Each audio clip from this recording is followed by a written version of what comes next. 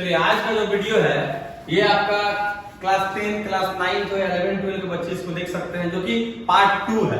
इसके कल के क्लास में ही हम लोगों ने ब्लड क्लॉटिंग के बारे में आधा पार्ट लगभग पढ़ लिया। जो भी मेन टॉपिक्स था, कैरेक्टरिस्टिक्स था, या आप बोल सकते हैं उससे रिलेटेड जो फंक्शन था, जैसे कि क्या इसका मेन फंक्शन होता है, क्लॉटिंग कराना, एग्लूटिनेशन जिसको हम लोग बोलते हैं, ठीक है। उसके अलावा हम लोग इसमें देखे थे इसके पास क्या कैरेक्टरिस्टिक्स है, मतलब इसका कितना मात्रा है हमारे बॉडी में होता है, पर माइक्रोलीटर में कितना होता है, ये भी हम लोगों ने देख लिया था। इसका दूसरा नाम क्या है, थ्रोम्बोसाइट, ये भी हम लोगों ने देख लिया था। और अगर जब प्लेटलेट्स का मात्रा कम होता है तो क्या होता है, कौन सा बीमारी होता है, थ्रोम्बोसाइटोपेनिया उसको बोलते हैं, ये भी हम लोगों ने पढ़ लिया था। सारा चीज को देखा, जैसा कि आप यहाँ पे एनिमेशन देख पा रहे हैं किस तरह से क्लॉट कर रहा है, ये आपका प्लेटलेट है।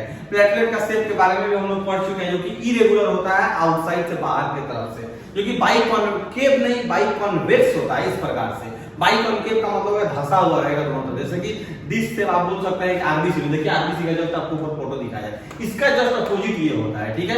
और साइज का अगर बात करता है, आरबीसी से बहुत छोटा होता है, यहाँ बड़ा दिखाया गया है एनिमेशन में इसी की वजह से, लेकिन आरबीसी का कहाँ 7 माइक्रोमीटर डायमीटर में होता है, ये कहाँ 2 से लेकर 4 माइक्रोमीटर। आप पिछला वाला वीडियो आके रिवीजन के तौर पे पढ़ सकते हैं।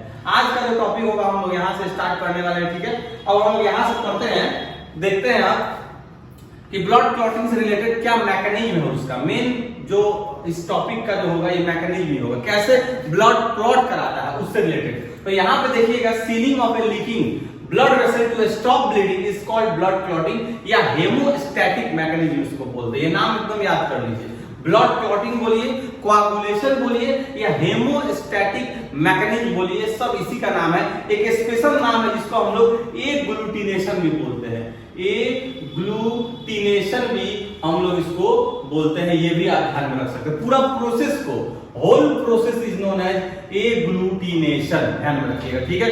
अगर हम लोग यहाँ पे स्टेप 1 का अगर बात करते हैं तो स्टेप 1 में आपको ये ध्यान में रखना है, सबसे पहले जहां पे रप्चर्ड प्लेटलेट होगा, जहां रप्चर्ड आपका वेसल होगा, वहीं से आपका प्लेटलेट बाहर आएगा। और प्लेटलेट जब आपका बाहर आएगा तो प्लेटलेट का पहला काम क्या होगा, तो सबसे अगर पहला स्टेप 1 का अगर हम लोग बात करते हैं तो थ्रोम्बोकाइनेज नाम का एक एंजाइम है, थ्रोम्बोकाइनेज नाम का एंजाइम रिलीज होगा, इसको आप ध्यान में रख सकते हैं। या दूसरा नाम अगर इसका बात करते हैं तो थ्रोम्बोप्लास्टिन भी हम लोग इसी को बोलते हैं, ये भी आप ध्यान में रखिएगा, सबसे पहला काम। और ध्यान में रखिए इसी स्टेप में जैसे थ्रोम्बोकाइनेज यानी कि थ्रोम्बोप्लास्टिन रिलीज होता है, तुरंत आपका डीएक्टिवेट कर देता है, डीएक्टिवेट कर देगा किसको, हेपारिन को डीएक्टिवेट करेगा, हेपारिन को डीएक्टिवेट करेगा। आपको पता होना चाहिए कि हेपारिन जो है आपका एक एंटीकोगुलेंट एंजाइम है, एंटीकोगुलेंट एंजाइम है। इसको आप ध्यान में रखना आपको पड़ेगा ही पड़ेगा, क्योंकि ये नीट का भी क्वेश्चन है कि हेपारिन कैसा एंजाइम है, जमाता है कि नहीं जमाता है, तो एंटीकोगुलेंट है, नहीं जमाता है। जैसे कि अभी हमारा जो ब्लड है क्यों अंदर नहीं जम रहा है, ब्लड वेसल के अंदर जब तक ब्लड क्यों नहीं जमता है, ड्यू टू हेपारिन। ये हेपारिन उस वक्त एक्टिवेट रहता है और उस वक्त आपका जो थ्रोम्बोकाइनेज एंजाइम है वो डीएक्टिवेट है। लेकिन जब आपका ब्लड वेसल रप्चर करता है तुरंत थ्रोम्बोकाइनेज रिलीज होगा, रिलीज होते ही इसका काम है क्लॉटिंग कराना। क्लॉटिंग फैक्टर भी जिम्मेदार होता है और ये क्लॉट कराता है, ये क्लॉट नहीं कराता, तो इसको पहले डीएक्टिवेट करना होगा, क्योंकि दोनों काम एक साथ चलेगा नहीं, ठीक है। अब अगर स्टेप 2 का हम लोग बात करते हैं, स्टेप 2 का बात करते हैं अगर हम लोग, तो सबसे पहले तो आपका थ्रोम्बोकाइनेज रिलीज हुआ, एंटीकोगुलेंट एंजाइम हेपारिन को डीएक्टिवेट किया ताकि ये अपना काम जारी ना रखे। अब इसके बाद अगर स्टेप 2 का अगर बात करते हैं तो यहाँ पर आपका जो प्रोथ्रोम्बिन नाम का एक एंजाइम पाया जाता है, प्रोथ्रोम्बिन नाम का। प्रोथ्रोम्बिन जो है आपका थ्रोम्बिन में बदल जाता है, किसमें बदलता है, थ्रोम्बिन में बदलता है। कोई पूछेगा कौन से आयन के प्रेजेंस में, तो ध्यान रखना कैल्शियम 2+ आयन के प्रेजेंस में ही होगा। प्रोथ्रोम्बिन थ्रोम्बिन में बदल गया कैल्शियम 2+ आयन के प्रेजेंस में, ये आपको ध्यान में रखना है। अगर स्टेप 3 का अगर बात करते हैं, स्टेप 3 का, तो लास्ट स्टेप होगा, यही आपका फाइनल स्टेप होगा। यहाँ पे फिब्रिनोजेन होता है, फिब्रिनोजेन जो होता है ये आपका फिब्रिन में बदल जाएगा, किसमें बदल जाएगा, फिब्रिन में। अब ध्यान रखना है आपको, फिब्रिन जो है एक इनसॉल्युबल प्रोटीन है, क्या है, इनसॉल्युबल प्रोटीन है, धागा के जैसा है, इनसॉल्युबल प्रोटीन। अब फिब्रिनोजेन जो है, ये फिब्रिन जो है इस प्रकार से आपका कुछ बनाएगा, इस प्रकार से धागा के जैसा होता है, रेशा के जैसा, और जहां भी आपका घाव होगा, वोंड होगा, उसके ऊपर कुछ इस प्रकार का एक रिएक्शन करता है, इसको हम लोग पॉलीमराइजेशन रिएक्शन हम लोग बोलते हैं, पॉलीमराइजेशन रिएक्शन। अब आप कमेंट करके जरूर बताइएगा कि पॉलीमराइजेशन रिएक्शन केमिस्ट्री में किस टॉपिक से रिलेटेड है, मतलब किस रिएक्शन से रिलेटेड है। क्या ये डिकम्पोजिशन है, क्या ये कॉम्बिनेशन है, क्या ये डबल डिस्प्लेसमेंट है, क्या ये डिस्प्लेसमेंट है, या कोई और एग्जांपल होगा। जो भी होगा आप कमेंट में बताइएगा। Polymerisation reaction is which type of reaction, इस प्रकार का कुछ आपको ट्रैप कर लेता है। फिब्रिन क्या करता है, इस प्रकार से धागा का ऐसा पूरा ऊपर से बिछ जाएगा, आप बोल सकते हैं पॉलीमराइजेशन रिएक्शन होगा। और जो घाव है आपका वो इस प्रकार से ढक जाएगा, और जब ढक जाएगा तो जो आपका ब्लड है वो क्या होगा, इंट्रैप कर जाएगा, इंट्रैप ब्लड, ब्लड इंट्रैप कर गया, ब्लड आना आपका क्या होगा, बंद हो जाएगा। इस चीज को ध्यान रखिएगा।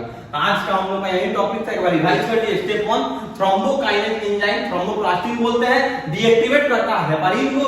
उसके तुरंत बाद देखिएगा स्टेप 2 में कि प्रोथ्रोम्बिन जो है कैल्शियम आयन के प्रेजेंस में थ्रोम्बिन, अब थ्रोम्बिन जो है फिब्रिनोजेन को फिब्रिन में बदल देगा कैल्शियम ही आयन के प्रेजेंस में। यहां पे लिख सकते हैं थ्रोम्बिन, थ्रोम्बिन, थ्रोम्बिन बदल देगा कैल्शियम आयन के प्रेजेंस फिब्रिन में। फिब्रिन एक इनसॉल्युबल प्रोटीन है जो कि पॉलीमराइजेशन रिएक्शन से कुछ इस प्रकार का बना लेगा, ठीक है।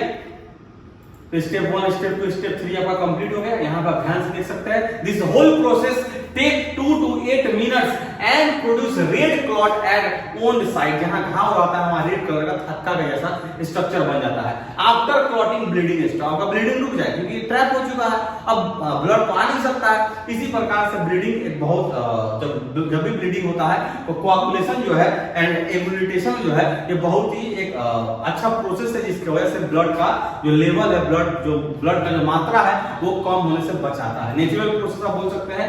Now the clot begins to contract and, अब जो क्लॉट होगा वो कंट्रैक्ट होगा, जो पपड़ी जो जमता है वो कंट्रैक्ट करेगा and produce a pale yellow fluid, serum उसको बोलते हैं। येलोइश कलरलेस टाइप का होगा सीरम। सीरम में बस यही है कि सीरम के पास फिब्रिनोजेन नहीं होता है, सीरम के पास एंजाइम प्रोटीन ये सब नहीं होता है, ये कलरलेस होता है, ये ध्यान में रखिएगा। विच इज ब्लड प्लाज्मा, देखिए लिखा भी है, एक ब्लड प्लाज्मा है विदाउट कर्पस्कल, और साथ साथ प्रोटीन भी, जैसे प्रोटीन में कौन सा हो जाएगा, फिब्रिनोजेन हो जाएगा, ठीक है। कमेंट में बताइएगा फिब्रिनोजेन किस प्रकार का है, कोआगुलेशन करता है कि एंटी कोआगुलेशन है या एंटी कोआगुलेंट एंजाइम है, जरूर कमेंट में बताइएगा। ध्यान से देखिएगा, यहाँ पे जो आपका दिया हुआ है इस चीज को एक बार तुरंत रिवाइज करते हैं। ओन्ड है, ओन्ड आपका रप्चर्ड प्लेटलेट्स के पास रिलीज, रप्चर्ड प्लेटलेट वहां से रिलीज होगा, थ्रोम्बोकाइनेस एंजाइम यानी कि थ्रोम्बोप्लास्टिन रिलीज करेगा, तुरंत देखिए डीएक्टिवेट करता है। तुरंत किसको डीएक्टिवेट किया, हेपारिन को डीएक्टिवेट करेगा। हेपारिन डीएक्टिवेट हो गया क्योंकि एंटीकोगुलेंट था। अब जो प्रोथ्रोम्बिन है, थ्रोम्बिन में बदलेगा कैल्शियम आयन के प्रेजेंस में। फिर ध्यान दीजिएगा फिब्रिनोजेन जो सॉल्युबल है, घुल जाता है। अब ये सॉल्युबल को इनसॉल्युबल में बताएगा ताकि घुले नहीं, तभी तो प्लग बन पाएगा। इस चीज को जो थक्का का जैसा जो लेयर बन जाता है इस तरह से, इसको हम लोग प्लग बोलते हैं। एनसीईआरटी के बुक में दिया हुआ क्लास 10 के प्लग, इस चीज को ध्यान रखिएगा। तो फिब्रिनोजेन बदल गया फिब्रिन में कैल्शियम आयन के प्रेजेंस में, और पॉलीमराइजेशन रिएक्शन हुआ, और किस चीज का फॉर्मेशन हुआ, क्लॉट फॉर्मेशन। ये जो पूरा जो होल प्रोसेस है इसका नाम है एग्लूटिनेशन, जिसको मैंने शुरुआत में ही बता दिया है, एग्लूटिनेशन। तो आज के लिए इतना ही, थैंक यू। आगे भी आपको ऐसा ही प्रकार का वीडियो पाने के लिए, अपडेट लेने के लिए इस चैनल को सब्सक्राइब कीजिए और अपने फ्रेंड्स को जरूर शेयर कीजिए। क्लास 9, 10, 11, 12 से रिलेटेड ये बायो का एक टॉपिक था जिसको मैंने शॉर्ट में बता दिया। ये वीडियो 2 था, पार्ट 2 आप इसको बोल सकते हैं, पार्ट 1 पिछले वीडियो में होगा, आप वहां से इसको देख सकते हैं। चलिए आज के लिए इतना ही, धन्यवाद।